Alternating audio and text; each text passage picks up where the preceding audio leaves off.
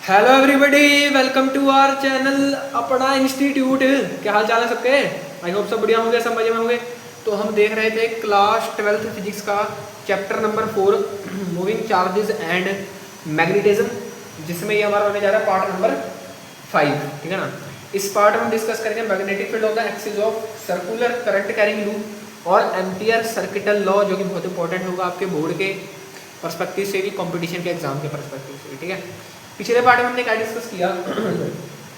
पिछले पार्ट में सर हमने कुछ ज़्यादा डिस्कस तो किया नहीं था। पिछले पार्ट में हमने सर्कुलर वाले कंसेप्ट देखे थे कि सर्कुलर तार है, अगर सेमी सर्कुलर क्वाड्रेंट, तो उसमें हम मैग्नेटिक फील्ड कैसे निकालें। ठीक है ना, जिसमें हमने सारे फॉर्मूले देखे। उसके बाद कुछ सवाल प्रैक्टिस किए हमने पिछले तगड़े तगड़े से, है ना, बताए थे सवाल। अब इस वीडियो का हमारा मेन मोटिव क्या रहने वाला है? इस वीडियो में हम देखेंगे मैग्नेटिक फील्ड का axis of current circular current carrying loop, ठीक है ना, और एम्पियर सर्किटल लॉ हम इसमें देखने वाले हैं। तो चलिए आज का पार्ट हम स्टार्ट करते हैं। तो स्टार्ट करते हैं आज का पार्ट।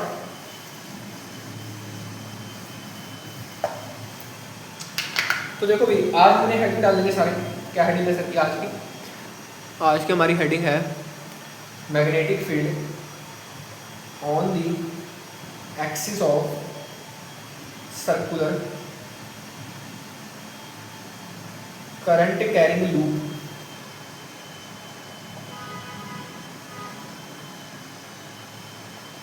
देखो भाई, हमने अब तक क्या क्या डिस्कस कर लिया। मैग्नेटिक फील्ड सर एक तार की वजह से, स्ट्रेट वायर की वजह से हमने देख ली, इन्फाइनाइट वायर की वजह से हमने देख ली, सर्कल की वजह से हमने देख ली मैग्नेटिक फील्ड, सेमी सर्कल की वजह से देख ली, क्वाड्रेंट की वजह से देख ली, और किसी आर्क की वजह से भी हमने देख ली। ठीक। अब इसमें हम क्या डिस्कस करेंगे इस वाले पार्ट में कि एक हमारे पास क्या है, सर्कुलर करंट कैरिंग लूप है। सर ये तो वही है, यही है सर्कुलर करंट कैरिंग लूप। लेकिन हमने जब इसके यही है, मतलब है तो यही सर्कुलर करंट कैरिंग लूप, लेकिन जब हमने इसको डिस्कस किया था तो हमने मैग्नेटिक फील्ड किस पॉइंट पर निकाली थी? हमने मैग्नेटिक फील्ड निकाली थी इसके सेंटर पर।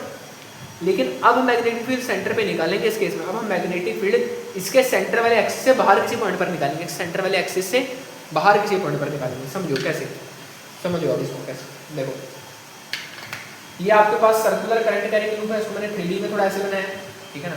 ऐसे था ये सर्कुलर करंट कैरिंग लूप, उसको मैंने थोड़ा सा टिल्ट करके ऐसे कर दिया 3D में। ऐसे था, टिल्ट करके ऐसे 3D में कर दिया, ऐसे था ऐसे कर दिया। ठीक है सर्कुलर ये। ठीक है, थोड़ा ठीक से बना देता हूँ उसको।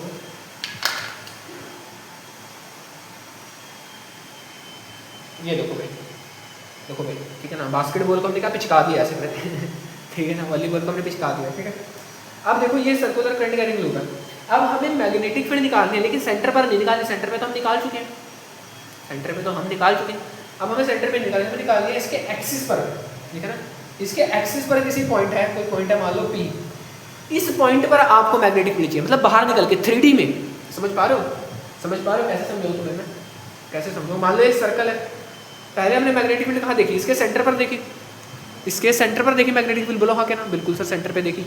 लेकिन अब हम क्या करेंगे? अब हम सेंटर से बाहर निकल के आएंगे। इसके सेंटर पे ही कोई एक्सिस, मतलब लाइन यही रहेगी, जो लाइन इसके सेंटर से निकल के आ रही है। लाइन कहाँ से आ रही है? देखो दिख रहा है तुम्हें? हाँ दिख रहा है सर, सेंटर से ही निकल के आ रही है। लाइन कहाँ से निकल के आ रही है? सेंटर से। लेकिन इस सेंटर से निकलती हुई लाइन पर किसी पॉइंट पर हमें मैग्नेटिक फील्ड देखना है। क्लियर हुआ? यस सर, क्लियर हुआ। ठीक है, तो चलो देखते हैं। अब देखो ध्यान से समझना ये बात। अब सर इस पूरे की वजह से निकालिए, तो अब डायरेक्ट तो हम निकाल नहीं सकते। अब कैसे करें निकालें? अब इनको कैसे निकालते हैं? मैं कहता हूँ कि यहाँ पर ये हमारे पास क्या है, एक सर्कुलर करंट कैरिंग लूप है। अच्छा नहीं बता, थोड़ा सा बना दिया, थोड़ा सा। अब ठीक है, ठीक लग रहा है? ठीक है। तो हमारे पास क्या है, सर्कुलर करंट कैरिंग लूप है। ठीक है, इसमें करंट बह रहा है सर, मान लो ऐसा करंट बह रहा है क्लॉकवाइज, आई ऐसे आ रहा है, आई ऐसे जा रहा है। तो यहाँ ऊपर कैसे बहेगा? ऐसे आएगा, यहाँ पर कैसे जाएगा। अब सुनना मेरी बात को। मान लो मैं एक छोटी लेंथ काटता हूँ यहाँ से, DL लेंथ काटता हूँ इसी डायरेक्शन में। DL लेंथ है इसी करंट के डायरेक्शन में। इस DL लेंथ की वजह से, इस DL लेंथ की वजह से इस पॉइंट पर मैग्नेटिक फील्ड होगी। बिल्कुल सर, DL लेंथ की वजह से इस पॉइंट पर मैग्नेटिक फील्ड होगी। बिल्कुल होगी, बिल्कुल होगी। अरे समझ पा रहे हो? इस DL लेंथ की वजह से इस पॉइंट पर मैग्नेटिक फील्ड होगी। बिल्कुल। उस मैग्नेटिक फील्ड की डायरेक्शन क्या होगी बताओ मुझे? सर ये DL लेंथ है और यही करंट है, करंट की डायरेक्शन में खोलते हैं ना। इस DL लेंथ की वजह से इस पॉइंट पर मैग्नेटिक फील्ड कैसे निकालोगे? सर कैसे निकालते? राइट हैंड थंब रूल बताया था, राइट हैंड थंब रूल बताया था। करंट की डायरेक्शन में फिंगर करते थे और कर्ल कर लेते थे सर, है ना। करंट की डायरेक्शन में फिंगर कह रहा, करंट की डायरेक्शन में थंब करते थे और फिर कर्ल कर लेते थे, है ना। तो ये करंट की डायरेक्शन है, कहाँ है करंट, पीछे की तरफ जा रहा है सर। समझना बात को, 3D है, 3D फिगर है। इस सर्कल था, इसको उठा के ऐसे किया है, इस सर्कल को उठा के ऐसे किया, तो ये ऐसे है। और करंट कहाँ पीछे है, करंट का ऐसे जा रहा है पीछे की तरफ, तो फिंगर ऐसे जाएगी पीछे बोर्ड की तरफ, पीछे जाएगी बोर्ड की तरफ। और फिंगर्स को कर्ल करना है, फिंगर्स है, ये फिंगर्स है, फिंगर्स है। करंट ऐसे है, करंट मेरा थंब की डायरेक्शन में है, करंट ऐसे है। फिंगर्स को कर्ल कर लो, फिंगर्स को कर्ल कर लो, फिंगर्स को कर्ल कर लो, फिंगर्स को इस पॉइंट पर देखना है, ऐसे करंट है, करंट ऐसे, और फिंगर्स को कर्ल किया तो इस पॉइंट पर ऐसे आ रही है सर मैग्नेटिक फील्ड। बोलो हाँ के ना, बोलो हाँ के ना। डीबी को लिखा कि छोटे लेंथ की वजह से छोटी मैग्नेटिक, क्लियर है बिल्कुल।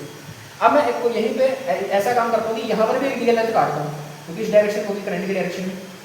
इस डीएल लेंथ की वजह से यहाँ पर मैग्नेटिक फील्ड कितनी होगी मुझे बताओ। सर आपने दो डीएल लेंथ क्यों काटी, एक डीएल लेंथ से काम नहीं बनेगा।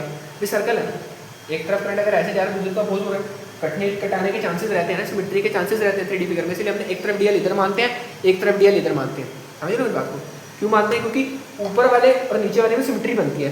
करंट अपोजिट डायरेक्शन में, क्या पता कुछ कट आ जाए मैग्नेटिक फील्ड, समझे ना बात को। ये दोनों क्योंकि अपोजिट मैग्नेटिक फील्ड जनरेट करेंगे, नहीं ऐसे ऐसी मैग्नेटिक फील्ड, ऐसे तो ऐसी मैग्नेटिक फील्ड, क्या पता कटने के चांसेस रहते हैं, कई बार नहीं भी रहते, लेकिन हम क्यों चांस लेते हैं। जैसे हमने सर्कल में भी करा था डेराइव, तो हमने जब सेंटर पे दिया था तो हमने 4 क्वाड्रेंट बांटे थे ना, यहाँ पे डीएल देखा था, यहाँ पे कटवाया था आपको, यहाँ पे, इन सब की वजह से जो यहाँ पे मैग्नेटिक फील्ड अंदर आई थी, है ना, इन सब की वजह से अंदर, यहाँ से अंदर, यहाँ से अंदर, यहाँ से अंदर। और अगर अपोजिट था सर, अपोजिट था तो बाहर आ रही थी सबकी वजह से, बाहर आ रही थी सबकी वजह से, तो ये कराया था आपको। वैसे हमने यहाँ पे भी कोई 2 रैंडम पॉइंट लिए सर, ये पॉइंट भी तो ले सकते हैं, वो सेम ही उसमें रहता है, ठीक है, ये पॉइंट लेने कोई नहीं, ठीक है। तो हमने इसीलिए यहाँ पे 2 पॉइंट काटे, कई बार कटने कटाने के चांसेस रहते हैं। अब देखो करंट इस डायरेक्शन में है, बाहर की तरफ आ रहा है करंट, समझो ये ऐसे है, करंट बाहर की तरफ आ रहा है, तो कर्ल करो फिंगर्स, करंट बाहर की तरफ है, ये मेरा थंब है, थंब को करंट की डायरेक्शन में रखो, थंब करंट की डायरेक्शन में, और ये बाहर ऐसे ऐसे ऐसे ऊपर की तरफ, तो मतलब ये ऐसे आएगा। कोई दिक्कत समस्या परेशानी किसी को नहीं होनी चाहिए, ठीक है। अब मान लो ये जो पॉइंट है ना, ये किसी ये किसी x डिस्टेंस पर है, x हमारा कोई नोन डिस्टेंस है, ठीक, किसी x नोन डिस्टेंस पर है, ठीक। और कह लो कि इस लूप का रेडियस आ रहा है, आपको दे रखा है, रेडियस का लूप तो पता होगा, बिल्कुल सर पता होगा। अब इस पॉइंट से इस डीएल का जो डिस्टेंस है उसको हम r मान लेते हैं, तो यहाँ से भी ये डिस्टेंस r ही हो जाएगा। अरे बोलो हाँ के ना, सेंटर से इस पॉइंट का डिस्टेंस r ही तो हो जाएगा, अगर ये r है तो ये भी r हो जाएगा। कैसे दे सकते, देखो कोण की तरह समझो उसको, कोण तो बन गया, बाहर वाला कोई पॉइंट है, अगर सेंटर वाले एक्सिस पर कोण में देखोगे तो अगर ये r बनता है तो ये भी तो r बनता है, कोण है ना, सिमेट्री बनती है कि अगर आप सेंटर से कोई एक्सिस देखोगे तो ये r होता है, तो ये भी r, इक्विलेटरल बन जाता है, ट्रायंगल टाइप, ठीक समझ। तो डिस्टेंस सबको क्लियर हो गया, डीएल सॉरी। मैं कहता हूँ कि यहाँ पर मैं प्लेन लाइन खींचता हूँ, एक हॉरिजॉन्टल लाइन खींच लेता हूँ, हॉरिजॉन्टल लाइन, वर्टिकल लाइन खींच लेता हूँ, वर्टिकल लाइन को खींची ताकि मैं एंगल वगैरह का कंसेप्ट यहाँ भी यूज़ कर पाऊँ, ठीक है, एंगल वगैरह का कंसेप्ट यूज़ करता हूँ। मैं कहता हूँ कि इस हॉरिजॉन्टल से जो ये वाला जो एंगल है ना डीबी बना रही है, ये थीटा एंगल है, कितना एंगल है थीटा, तो क्या मैं कह सकता हूँ ये भी थीटा होगा, सिमेट्री है भाई, सिमेट्री है, प्रूफ कर सकते हो आप इसको सिमेट्री से, ठीक है, सिमेट्री है, ठीक है ना, आप बाय सिमेट्री लिख सकते हो, कोई दिक्कत नहीं, प्रूफ भी हो जाएगा, कोई दिक्कत नहीं। देखो ये यहाँ से r डिस्टेंस पर है, r डिस्टेंस पर देखो ये ऐसे भी प्रूफ कर लो, वैसे तो ये सिंपल उससे प्रूफ हो जाएगा, भी बताता हूँ आपको, प्रूफ बता दूंगा, वैसे सिंपल है, ये सिमेट्री से हो रहा है, समझ पा रहे हो ना, क्योंकि देखो कौन था, इसका ये डिस्टेंस और ये डिस्टेंस इक्वल है।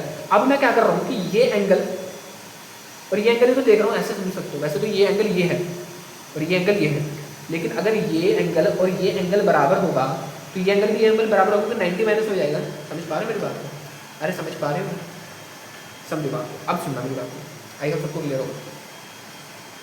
अब मैंने बायो-सैवर्ट्स लॉ मैंने आपको पढ़ाया था, सर आपने तो पढ़ाया था, हमने पढ़ा नहीं, बस एक ही गलती हो गई जीवन में चलो कोई बात नहीं, फिर से बता देता हूँ।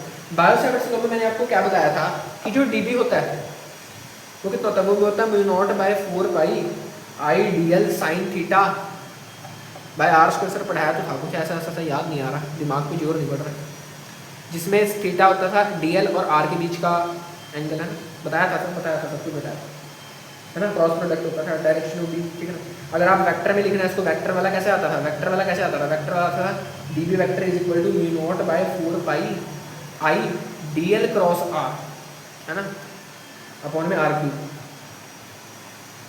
क्लियर है। अब वेक्टर में जो क्रॉस प्रोडक्ट होता है और क्रॉस प्रोडक्ट का जो आंसर होता है वो इन दोनों के परपेंडिकुलर होता है, मतलब db, ये भी बताया था मैंने आपको, परपेंडिकुलर होगा dl के और डी बी परपेंडिकुलर होगा आर के। 11th क्लास की बातें हैं, मैंने फिर भी बता रखी हैं। अगर आपको डाउट आ रहा है तो आप मेरा बायोसेवर्ट्स लॉ वाला फर्स्ट पार्ट देखें, तो उसमें मैंने बता रखा है, ठीक है। तो डी बी परपेंडिकुलर है डीएल के और डी बी परपेंडिकुलर आर के। चलो इस कंसेप्ट को यहाँ यूज करते हैं। ये डी बी है सर, बिल्कुल डी बी। ये किसका डी बी है? ये इसका डी बी है सर।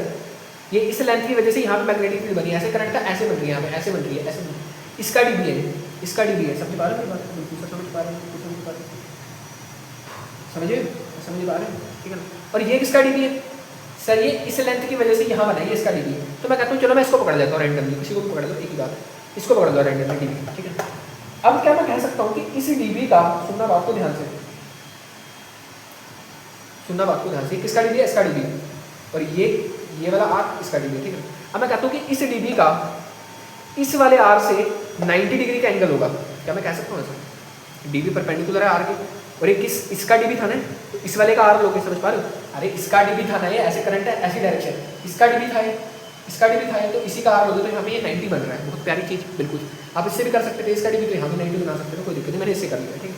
तो ये 90 बन गया, बहुत प्यारी चीज़ सर आपने बता दी, हमें 90 बन गया। अब मेरी बात को ध्यान सुना, ये 90 है, ये 90 आ जाता है, समझ पा रहे? ये 90 है, ठीक है। तो ये एंगल कितना हो जाएगा मुझे बताओ, कहाँ गया? ये 90, हाँ देखो, ये थीटा तो ये भी थीटा होगा, ये मैं बताना भूल गया, यहाँ भी थीटा होगा। सबसे पहले ऐसे समझ लीजिए, आप थोड़ा सा वो हो गया, ये बन रहा है, यहाँ पे ये बन रहा है, ये डी बी है इस तरफ और ये डी बी है इस तरफ, ठीक है। अब सुना मेरी बात को, ये जो होता है ना थीटा एंगल, सुनना बात, ऐसे, ठीक। मैंने आपको कहा कि यहाँ पे मैंने एक हॉरिजॉन्टल ड्रॉ करी और ये थीटा एंगल माना है, तो ये भी थीटा होगा सिमेट्री से, ठीक है ना, ठीक है ना, सिमेट्री से प्रूफ हो गया सब कुछ, ठीक है। अब देखो अगर ये थीटा है, सुनना बात को ध्यान से, तो अगर मैं इसको पीछे एक्सटेंड करूँ, इसको पीछे एक्सटेंड करूँ, अरे यार ये फिगर ना थोड़ी साफ नहीं बन रही, ये फिगर साफ नहीं बन रही है। ये देखो, सुनना बात को, यही पे समझो इसको, ठीक है। ये थीटा कैसे हुआ सर? देखो ये ना होते हैं एंगल ऑफ कोन होते हैं, ठीक है ना, ये आपको दे रखे होते हैं कितने एंगल से अटेंड करते हैं। थीटा एंगल जो है ना, ये एंगल ऑफ कोन आप इनको कह सकते हो, ये एक्स जो इस पे बना रही है, आर और एक्स के बीच का एंगल है बेसिकली थीटा एंगल, ठीक है ना। जैसे देखो ये हमारा एक पास कोन होता है, हमारे पास एक, ये इसका सेंटर होता है, ये आपको जनरली ले रखा है, मैंने उसमें भी डिस्कस किया था, गॉस वाले में है ना, गॉस लॉ जो मैंने पढ़ा रहा था मैं, तब मैंने जब कोन के लिए ड्राइव कराया था उसमें मैंने डिस्कस किया कि थीटा एंगल आपको दे रखा होता है, ठीक है ना। तो हमने कहा सर इसकी वजह से यहाँ पर एक मैग्नेटिक फील्ड बनी थी, ऐसे और ऐसे है, आप समझ पा रहे हो, उसको मैंने ऐसे सीधा रख दिया, ठीक है। यहाँ पे एक मैग्नेटिक फील्ड, तो ये थीटा था, ये वाला थीटा था, तो ये भी थीटा हो जाएगा। कैसे सर? देखो इसको ऐसे एक्सटेंड कर लो, इसको ऐसे एक्सटेंड कर लो, ठीक है ना, इसके बीच में ये एक्सटेंड करवा लो, ठीक है ना, ये थीटा हो गया, बिल्कुल सर ये थीटा हो गया, ठीक है। तो ये कितना होगा? ये होगा 90 माइनस थीटा, है ना, ये 90 था ना पूरा वर्टिकल है, तो 90 होगा। और हमने अभी प्रूफ किया कि ये एंगल कौन से वाला सर? ये इसके साथ वाला एंगल, यहाँ से लेकर यहाँ तक, ये पूरा कितना है? ये पूरा है 90, ये पूरा है कितना? 90, ये पूरा है 90 डिग्री, ठीक है ना। ये पूरा कितना है? ये पूरा है 90 डिग्री। और मैं कह सकता हूँ कि यहाँ से लेकर यहाँ तक भी 90 है ना, वर्टिकल है ना, यहाँ से लेकर यहाँ तक भी 90 है, तो ये कितना हो जाएगा? ये कितना हो जाएगा? ये हो जाएगा 90 माइनस थीटा, बोलो हाँ क्या? तो वैसे ये भी हो जाएगा 90 माइनस थीटा, बोलो हाँ क्या? और ये पूरा अगर 90 है, तो यार यहाँ पे ना मैस क्रिएट हो रहा है बहुत ज़्यादा, यहाँ पे बहुत ज़्यादा मैस क्रिएट हो रहा है, दिख नहीं रहा बोर्ड तो मुझे पता है। देखो इसको ना यहीं पे समझो ध्यान से, देखो ये 90 समझ में आ गया कैसे हुआ? आर और डी के बीच का एंगल है। ये देखो ये जो थीटा एंगल होता है और ये जो थीटा एंगल होता है, ये होता है एंगल ऑफ कोन। ये आपको दे रखा होता है कि आर और एक्स के बीच में इतना एंगल है, इसकी चिंता नहीं करनी आपने। ये थीटा होता है अगर, तो ये भी थीटा हो जाता है, ये थीटा होता है अगर, तो ये भी थीटा हो जाता है। ये होता है बाइसिमेट्री से, ठीक है ना। इसका प्रूफ आपको वैसे तो जरूरत तो नहीं है इसका प्रूफ देखने की, ठीक है, इसके प्रूफ की कोई जरूरत नहीं है। देखो ये थीटा है, आप देखो ऐसे भी समझो इसको, ऐसे समझो इसको जरा कि ये परपेंडिकुलर है ना, ये परपेंडिकुलर है, देखो ऐसे समझ लो उसको। थोड़ा सा प्रूफ इसका कैसे दूंगा आपको कि ये थीटा तो ये भी थीटा, इसके प्रूफ में बहुत गंद मच रहा है, आगे तो कुछ है नहीं भाई। डेरिवेशन तो इसकी बहुत आसान है, बस ये थीटा समझ लो, डेरिवेशन तो 2 मिनट का खेल है। ये भी सिमेट्री आप लिख दोगे, कोई दिक्कत नहीं है, ठीक है। देखो इसको पीछे एक्सटेंड कर लो थोड़ा सा, और इसको भी पीछे एक्सटेंड कर लो।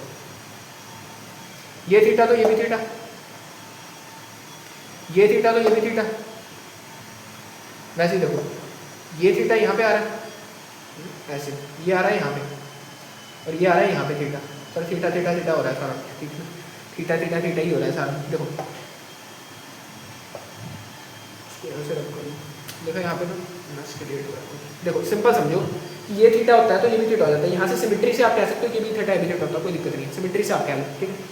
अब देखो ध्यान सुनना कि ये थीटा है, ये पूरा 90 है, तो ये कितना हो जाएगा, ये हो जाएगा 90 माइनस 2 थीटा। इतनी तो कैलकुलेशन आती है सबको, अरे इतनी तो कैलकुलेशन आ रही है सबको कि ये थीटा है और ये थीटा है और ये पूरा 90 है, तो ये 90 माइनस 2 थीटा हो जाएगा, बिल्कुल सब 90 माइनस 2 थीटा हो जाएगा। अगर ये 90 माइनस 2 थीटा तो ये भी 90 माइनस 2 थीटा होगा, सिमेट्री से, ठीक है। सिमेट्री है बहुत ज़्यादा यहाँ पे, क्योंकि सेंटर से हम निकाल रहे हैं तो सारी चीज़ें इक्वल बन जाती है कॉन्ग्रुएंसी से। मैं मैथ का टीचर नहीं हूँ इसलिए मैं इसको प्रूव नहीं कर रहा, हमें सिर्फ फिजिक्स देखनी है। यहाँ पे फिजिक्स क्या है, हमें फिजिक्स को यहाँ पे समझना है, ठीक है, फिजिक्स। अब देखो इस फिगर को मैं थोड़ी यहाँ बनाता हूँ, सेम टू सेम फिगर को। सर यहाँ पे ये डी है, ये डी है, यहाँ पे ये थीटा है, यहाँ पे ये थीटा है, यहाँ पे बहुत प्यारा बहुत प्यारा। अब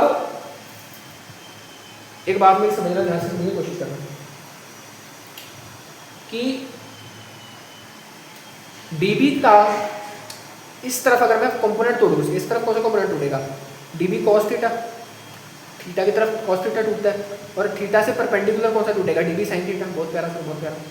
वैसे इसी वाले डीबी का यहाँ पे कौन सा प्रोडक्ट टूटेगा, डीबी कॉस थीटा, और इस तरफ कौन सा टूटेगा, डीबी साइन थीटा। तो सर ये डीबी कॉस थीटा इक्वल है मैग्नीट्यूड, ये भी इक्वल है सर मैग्नीट्यूड, क्योंकि लेंथ इक्वल मैंने काटी यहाँ से, है ना, डीबी डीबी इक्वल थे, तो इससे ये कट गया, मतलब कॉस थीटा वाला कंपोनेंट तो कट गया। देखा सिमेट्री बनती है जिस वजह से कट जाते हैं अपोजिट कंपोनेंट, समझ पा रहे हो क्यों कटा, क्योंकि यहाँ पे करंट ऐसा जा रहा है और यहाँ पे करंट ऐसे जा रहा है, इसलिए कट जाता है कंपोनेंट। जब आप बाहर देखते हो, जब आप सेंटर पे देखते हो कोई कंपोनेंट नहीं कटता, सारे ऐड हो जाते हैं, लेकिन जब आप एक्सिस पे आके देखते हो तो कंपोनेंट कटने का डर रहता है, इसीलिए कंपोनेंट कटता है यहाँ पे। तो डीबी कॉस थीटा यहाँ से और डीबी कॉस थीटा यहाँ से कट गया, ठीक है, तो कट गया, तो डीबी साइन थीटा 2 बार प्लस हो गया। तो हमें सिर्फ रिजल्टेंट किसका निकालना है, 2 times of dB sine theta को हमें सिर्फ इंटीग्रेट करना है और कुछ नहीं करना है ना। हमारी जो रिजल्टेंट मैग्नेटिक फील्ड, जैसे लिख लो इसको, 2 डीबी साइन थीटा, जो बी नेट आएगा वो सिर्फ डीबी साइन थीटा की वजह से आएगा। समझ ठीक है, 2 भी लिखने की जरूरत नहीं है यहाँ पे, ठीक है ना, 2 भी लिखने की जरूरत नहीं है यहाँ पे। क्यों नहीं लिखने की जरूरत है सर, क्योंकि ये इंटीग्रेटर में अपने आप हो जाएगा, ठीक है। आपको सिर्फ इतना समझना है, आपको सिर्फ इतना समझना है कि जो डीबी साइन थीटा वाला प्रोडक्ट है वही ऐड होगा, ठीक है ना, जो डीबी साइन थीटा वाला है वही ऐड होगा, ठीक है ना। तो कंप्लीट रिंग के लिए अगर आप डीबी साइन थीटा को कर दोगे तो वो अपने आप इसको वो कर लेते हैं, ठीक है ना, समझ पा रहे हो, अपने आप इसको क्लोज कर लेते हैं। समझ पा रहे हो बात को, समझ पा रहे हो।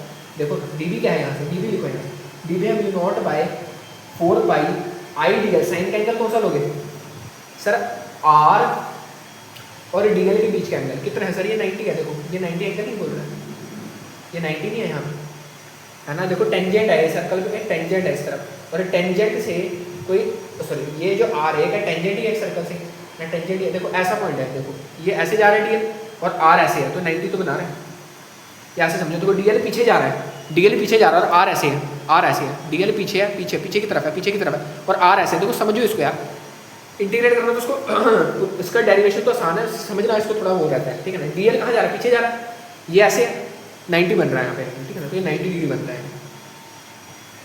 ऐसे समझ सकते हो। ये अगर 90 है, देखो आर के, आपको इतना तो पता होगा, मैथ पढ़ी आपने कि टेंजेंट जो है बाहर आता है वो रेडियस के साथ 90 बनाता है, तो अगर ये 90 है तो ये भी 90 होगा। हालांकि ये सेम प्लेन में नहीं है, ठीक है ना, हालांकि ये सेम प्लेन में नहीं है, पिछले वाले प्लेन में, ठीक है ना, लेकिन आप इसको ऐसे सिमेट्री से समझ सकते हो। ये नीचे वाले प्लेन में 90 है, देखो ये ना क्वाड्रेंट से आप समझ सकते हो कि ये x मान लो, इसको आप y मान लो, इसको आप z मान लो नीचे वाले को, तो ये 90 90 पे तो होता है क्वाड्रेंट, कितना से भी समझ सकते हो इसको, ठीक। तो साइन का एंगल 90 हो जाएगा डिवाइडेड बाय r का स्क्वायर, ठीक है। तो ये कितना हो गया होगा, mu naught by 4 pi I D L, sine theta 1 हो जाएगा, तो 1 हो जाएगा डिवाइडेड बाय r स्क्वायर, तो इतना आ गया सिंपल, ठीक है। क्या है डी, पर हमें किसको इंटीग्रेट करना है, हमें अगर बी नेट निकालना है तो हमें डीबी साइन थीटा ही लेना है बस, डीबी साइन थीटा का इंटीग्रेशन, डीबी साइन थीटा का इंटीग्रेशन। बोलो हाँ के, बोलो हाँ के। सर यहाँ पे 2 डीबी साइन थीटा क्यों नहीं लिया, बच्चों का सवाल, सर यहाँ पे 2 डीबी साइन थीटा क्यों नहीं लिया आपने। अरे भाई 2 डीबी साइन थीटा का मतलब क्या है कि आप 2 बार साइन थीटा को इंटीग्रेट कर रहे हो, आप 2 बार डीबी साइन थीटा को इंटीग्रेट कर रहे हो, पकड़िए, लेकिन 2 बार थोड़ी करना, एक बार डीबी साइन थीटा को इंटीग्रेट कर लोगे सारे सर्कल के लिए। ये मैं किसके लिए करूँगा, कंप्लीट रिंग के लिए करूँगा, ठीक है ना, मैं कंप्लीट रिंग के लिए करूँगा, तो एक बार ही पूरी रिंग के लिए कर लो ना, तो 2 लिखने की जरूरत क्या है, टू आप तब लिखते हैं जब आप आधे आधे के लिए करते हैं, समझो बात को, ये बात पकड़ने की बहुत इंपॉर्टेंट है कि मैंने टू भी नहीं लिखा यहाँ पे, ठीक है ना, रट्टे मत मारो, देखो रट्टे मत मारो। ये D B sine theta half circle के लिए था, है ना, हाफ के लिए था ना, इस वाले के लिए तरफ इधर डी बी साइन थीटा बन रहा है, और इस हाफ के लिए इधर बन रहा है। लेकिन अब जब मैं इंटीग्रेट कर रहा हूँ सॉरी, लेकिन जब मैं इंटीग्रेट कर रहा हूँ तो कंप्लीट रिंग के लिए कर रहा हूँ, समझिए बात, मैं जब इसको पकड़ के इंटीग्रेट कर रहा हूँ तो कंप्लीट रिंग के लिए कर रहा हूँ, तो मैं आधा तो थोड़ी लिखूंगा, सॉरी, तो मैं टू थोड़ी लिखूंगा, टू से तो इसका आंसर डबल आ जाएगा, समझ पा रहे हो। ये डी बी साइन थीटा था हाफ सर्कल के लिए,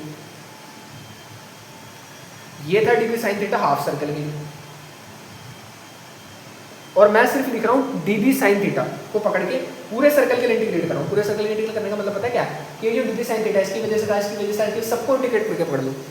लेकिन जब मैं two D B sine theta लिखता हूँ ना, two D B sine theta, तो आंसर मेरा डबल आ जाएगा। क्यों डबल आ जाएगा? क्योंकि ये जो two D B sine theta थे ना, ये इस हाफ की वजह से था और इस हाफ की वजह से दोनों का प्लस था, दोनों का प्लस था, ये इंडिविजुअल नहीं था। लेकिन जब हम इंटीग्रेट करते हैं तो हमें हर एक छोटे से छोटे कंपोनेंट का चाहिए होता है। ये बात क्लियर नहीं हुई? क्लियर? तो सिंपल समझो कि डी बी साइन थीटा, इसका भी डी बी साइन थीटा, इसका भी डी बी साइन थीटा, इसका भी D B sine theta, integrate कर दो पकड़ के। ये हाफ सर्कल के लिए था बेटा, इसलिए हमने इधर लिख के कंप्लीट रिंग के लिए इसको इंटीग्रेट कर दिया। अगर आपको ऐसे करना है, अगर आपको two D B sine theta मान के करना है, सुनो मेरी बात को, ऐसे भी कर सकते हो, कोई दिक्कत नहीं, लेकिन फिर आपको हाफ सर्कल को पकड़ के इंटीग्रेट करना पड़ेगा।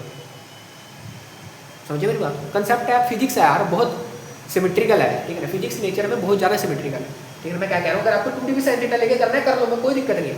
बस जब आप सॉरी, जब आप डी एल को इंटीग्रेट करोगे ना पकड़ के, तो इसमें आपको हाफ सर्कल का फॉर्मूला लिखना पड़ेगा। कौन सा लिखोगे हाफ सर्कल का? 2 पाई आर नहीं, पाई आर लिखोगे। समझे बात? फिजिक्स है भाई, फिजिक्स है, ठीक है। तो पढ़ के इंटीग्रेट करने से डी की वैल्यू तो हमें पता ही है कितनी है, म्यू नॉट बाय 4 पाई निकाली। आई डी एल, आर कितना है, कैपिटल आर, आर क्या होता था, सॉरी आर होता है सर डिस्टेंस, किस पॉइंट पे, ये आर माना है, आर स्मॉल आर था, आई D L R sine theta. आप देखो साइन थीटा यहाँ से, अगर मैं इस ट्रायंगल को नोटिस करूँ और मैं यहाँ से देखो इस ट्रायंगल देखो, इसमें देखो इस ट्रायंगल राइट एंगल है, दूसरा राइट एंगल है, ये आर है, ये एक्स है, ये थीटा है, ये क्या है, ये स्मॉल आर है, ठीक है। अगर मैं यहाँ से साइन थीटा निकाल दूँ तो साइन थीटा मेरा आ जाएगा perpendicular by hypotenuse R divided by R. तो यहाँ पे क्या लिख रहा हूँ मैं, यहाँ लिख रहा हूँ आर बाय आर। कोई दिक्कत? कोई दिक्कत? का इंटीग्रेशन मैं इसको रब कर रहा हूँ यहाँ से बेटे। अब देख mu naught D is equal to, mu naught बाहर आ गया, 4 पाई बाहर आ गया, आई बाहर आ गया, रेडियस बाहर आ गया, आर क्यूब बाहर आ गया, आर स्क्वायर था ना, आर स्क्वायर था ना, आर क्यूब बाहर आ गया, ठीक, आर क्यूब बाहर आ गया। बचा के अंदर सिर्फ डीएल का इंटीग्रेशन, आर क्यूब बाहर आ गया सर। अरे डिस्टेंस तो कॉन्स्टेंट ही रहेगा ना इस पॉइंट से, ये तो कोन का वो है, वर्टेक्स है एक तरह से, और ये एंगल ऑफ कोन है। समझ पा रहे मेरी बात को? ये एंगल ऑफ कोन है, समझ पा रहे मेरी बात को? बिल्कुल सर समझ पा रहे। तो मैं क्या कह रहा हूँ कि ये डीएल है, इसी डीएल को पकड़ के इंटीग्रेट कर दे। इस पूरे सर्कल के लिए कर रहा है सर, देखो कंप्लीट रिंग के लिए करवा रहा हूँ मैं, पूरे सर्कल के लिए करवा रहा हूँ। पूरे सर्कल कितना आ जाएगा, mu naught by 4 pi I R, R cube DL DL 2 pi R, पूरे के लिए क्या आएगा 2 पाई आर, पूरे के लिए क्या आएगा 2 पाई आर, पूरे के लिए करना है 2 पाई आर आएगा। अब देखो पाई से पाई कट गया, 2 2 जा 4 और आर स्क्वायर हो जाएगा ऊपर, है आर स्क्वायर हो जाएगा। उसको मैं रब कर रहा हूँ, देखो नोट कर लो इसको, जल्दी से नोट कर ली, कर लिया सर। देखो तो ये आ गया mu naught by 2 pi, mu naught by 2 pi, sorry pi तो कट गया ना, mu naught by 2 pi I R square by R cube. अब बात को सुनिए, यहाँ से मैं, अब मुझे आर तो पता नहीं सर, नॉन टर्म्स में लिखना पड़ेगा। यहाँ से मैं आर के स्क्वायर को, आर का कैपिटल आर का स्क्वायर प्लस एक्स का स्क्वायर लिख सकता हूँ, पाइथागोरस। ये मैं लिख रहा हूँ बाय पाइथागोरस, लिख सकता हूँ मैं बिल्कुल। तो इसकी जगह बस ये रिप्लेस कर दें, आर स्क्वायर ये है तो आर इंटू आर है, आर स्क्वायर इंटू आर लिख सकता हूँ, आर स्क्वायर की जगह लिखेगा आर, या सिंपल ऐसे कर ले, आर किसके बराबर होगा, रूट अंडर दिसके, तो mu naught by 2 I R square divided by root के अंदर आर स्क्वायर कैपिटल आर का स्क्वायर प्लस एक्स स्क्वायर का क्यूब। बोल हाँ के ना, बोल हाँ के ना, क्लियर है? बिल्कुल क्लियर है। अब देख रूट का मतलब 1/2 पावर इंटू 3, यानी कि पावर कितनी होगी 3/2, बिल्कुल सर। तो इसकी जगह मैं पावर 3/2 लिख देता हूँ सिंपल, ठीक, R square plus x square की पावर 3/2। कोई दिक्कत समस्या परेशानी यहाँ पे तो ये नहीं होनी चाहिए। ये आ गया तेरा formula, mu naught by 2 I R square plus x square 3/2। थोड़ा सा कॉम्प्लेक्स है पर ये ऑटोमेटिक रखना पड़ता है, ठीक है। क्लियर? कैसे यार, कुछ नहीं करा हमने, सबसे पहले यहाँ पे एलिमेंट काटा, इसकी वजह से यहाँ पे मैग्नेटिक फील्ड ऐसे थी, इसकी वजह से यहाँ पे मैग्नेटिक फील्ड ऐसे ऊपर की तरफ यहाँ बाहर आ रहा है, ऊपर की तरफ थी। मैं कह रहा हूँ ये 90 बनेगा क्योंकि ये पीछे की तरफ है, ये क्वाड्रेंट है, पीछे दूसरे प्लेन में, दूसरे प्लेन में, तो 90 डिग्री का एंगल यहाँ पे बनेगा। इधर बना साइन 90 बना गया, तो आइडियल वो वाला कहाँ गया। तो जब हमने डी बी निकाला तो वो कितना, μ0/2 πr आइडियल r स्क्वायर, ठीक है ना, वो आए। मैं कहता हूँ कि ये एंगल ऑफ कौन है, थीटा थीटा यहाँ पे एंगल बना रहा है, तो मैंने कहा सिमेट्री से ये एंगल भी थीटा, ये एंगल भी थीटा होगा, है ना।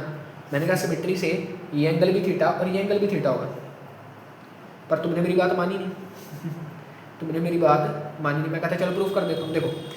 देखो इस डीबी की वजह से अगर मैं इस वाले आर पे देखूँ तो ये भी 90 होगा, ये भी 90 होगा, बिल्कुल सर ये भी 90 होगा, तो ये एंगल कितना होगा, ये भी 90 - 2 थीटा होगा, ये भी 90 - 2 थीटा होगा, बिल्कुल सर। अगर ये भी 90 - 2 थीटा, ये भी 90 - 2 थीटा है, तो ये एंगल तो और ये एंगल को बराबर तो होना ही पड़ेगा ना यार। और वो किसके बराबर होना पड़ेगा, ये बात भी सुनना, और वो किसके इक्वल होना पड़ेगा, और वो थीटा थीटा के इक्वल होना पड़ेगा। ऐसे तुम कर सकते हो इसको प्रूफ। देखो प्रूफ करना रह गया था ना, यहीं पे प्रूफ करो। यहाँ पे मैं गुजर गुजर नहीं करना चाहता था पहले, अब देख लो इसको। देखो ये थीटा, सॉरी ये 90, ये 90, तो सॉरी तो ये 90 - 2 थीटा, ये भी 90 - 2 थीटा, ये 90 - 2 थीटा है, तो ये पूरा देखो क्या होगा। अब इस वाली लाइन को देखना जरा, इस लाइन को देखो जरा, इस लाइन से इधर सारा 90 है, सारा 90 है, सारा 90 है, ठीक है। तो अगर ये थीटा है, ये 90 - 2 थीटा है, तो इसको कितना होना पड़ेगा, इसको थीटा ही तो होना पड़ेगा, क्योंकि ये पूरे का सम 90 है। इसको थीटा होगा तभी तो 90 - 2 थीटा होगा। वैसे यहाँ पे तो कर सकते हो, ठीक है। अरे इतना सिंपल सा तो प्रूफ है यार इसका। ये थीटा थीटा एंगल कौन का है, ये 90 होगा क्योंकि डीबी परपेंडिकुलर होता है, बायोसेवर्ट्स लॉ से डीबी परपेंडिकुलर होता है आर के, मैंने बताया था। तो ये 90 - 2 थीटा, 90 - 2 थीटा, अरे समझ गए ना, कॉमन सेंस ऑन टॉप, ठीक है। टैक्स हो गया। तो मैंने देखा अगर sir dB cos theta cut हो जाता है, बिल्कुल कट हो जाता है, cut dB sin theta add होता है। सर 2 dB sin थीटा क्यों नहीं करा, क्योंकि ये जो डीबी sin थीटा था ये हाफ सर्कल के लिए था, और ये जो डीबी sin थीटा था हाफ सर्कल के लिए। लेकिन जब मैंने इसको इंटीग्रेट किया तो मैंने फुल सर्कल के लिए किया, मैंने फुल सर्कल। अगर आप 2d sin थीटा लेके करोगे तो आपको आधे सर्कल के लिए इंटीग्रेट करना पड़ेगा, क्योंकि हाफ हाफ के लिए था। समझ पा रहे हो मेरी बात, बिल्कुल सर कंसेप्ट ऑन टॉप है। वैसे ही तो हमने सारों को इंटीग्रेट कर हमारे पास ये आंसर आ गया। क्लियर क्लियर क्लियर, ठीक है। नोट कर लो इसको, तो नोट करने का टाइम तो देते नहीं हो आप भाई। स्क्रीनशॉट ले लिया करो, स्क्रीनशॉट ले लिया करो, इसलिए दे रखे भगवान है आप। अब देखो भाई एक दो चीज़ें बता देता हूँ तुम्हें इसके बारे में जल्दी जल्दी। मान लो ये आपके पास वही लूप है, ये इसका सेंटर O है, इससे करंट ऐसे जा रहा है, ये इसका एक्सिस है।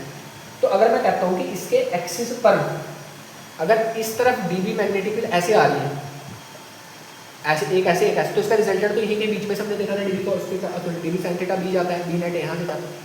तो इसके इस तरफ देख लो, चाहे तुम इसके पिछली वाली तरफ देख लो, वहाँ भी ऐसे ही आएगा, सेम डायरेक्शन चलेगी, अलग अलग डायरेक्शन नहीं चलेगी। मैग्नेटिक फील्ड, इसको लिख लो बात को, चाहे लिख लो चाहे इस बात को, B magnetic field is in the same direction along the axis on either side of loop। लिख लो कैदर करके कैदर।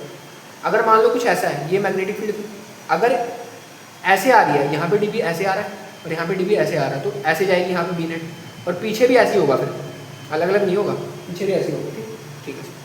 सेम डायरेक्शन में लेगी, दोनों तरफ में से कहाँ भी देख लो, जैसे यहाँ पे ड्राइव किया वैसे भी यहाँ पे सेम वैल्यू आती है, ठीक है।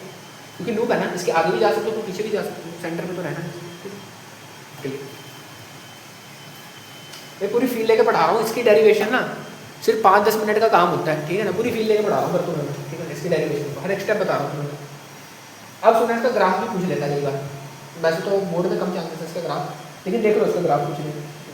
ये मान लो यहाँ पे हम रखेंगे, इसको यहाँ पे रखेंगे मैग्नेटिक फील्ड, यहाँ पे रखेंगे डिस्टेंस, ठीक। अगर मैग्नेटिक फील्ड पॉजिटिव है, पॉजिटिव मतलब क्या है, अरे नेगेटिव भी तो हो सकती है मैग्नेटिक फील्ड, कम मैग्नेटिक करोगे सर। देखो आपके पास आया था B is equal to μ0/2 I r² divided by r² plus x² की पावर 3/2। मेरी बात को सुनो, अगर मैग्नेटिक फील्ड पॉजिटिव है, डायरेक्शन मैटर करती है। पॉजिटिव मतलब क्या है, अगर पॉजिटिव वाई में है, नेगेटिव मतलब क्या, नेगेटिव वाई में डायरेक्शन चेंज होता है, तो वही वेक्टर है ना। और पॉजिटिव वाई में मतलब पॉजिटिव होगी, मतलब उससे पॉजिटिव, मतलब अगर एक मैग्नेटिक फील्ड को आप पॉजिटिव ले रहे हो तो इससे पॉजिटिव वैल्यू को नेगेटिव ले लेना। समझ पा रहे हो मेरी बात?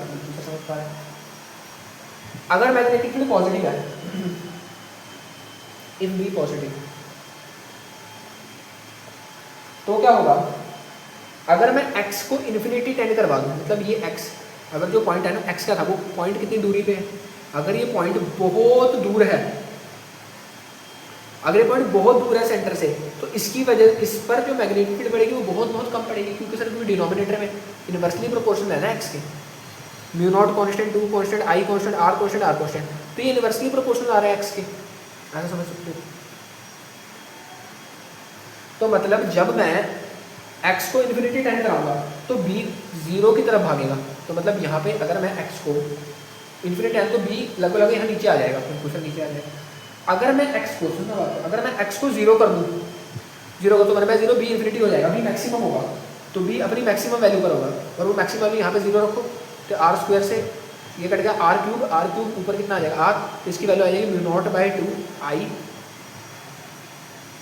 आर, ठीक है ना। तो ये वैल्यू है इसकी मैक्सिमम, जितनी सेंटर पे होती थी। अरे भी x 0 कराने का मतलब क्या है कि ये पॉइंट सेंटर भी आ गया, तो मतलब सेंटर पे मैग्नेटिक फील्ड तो मैक्सिमम ही होगी, या सेंटर से दूर जा रहे हो तो कम होती जाएगी, तो यहाँ पे मैक्सिमम मैग्नेटिक फील्ड है, तो इसका ग्राफ कुछ ऐसे बनता है, ठीक है ना, इसका ग्राफ कुछ ऐसा बनता है, ठीक है। अरे यार चीज सर ये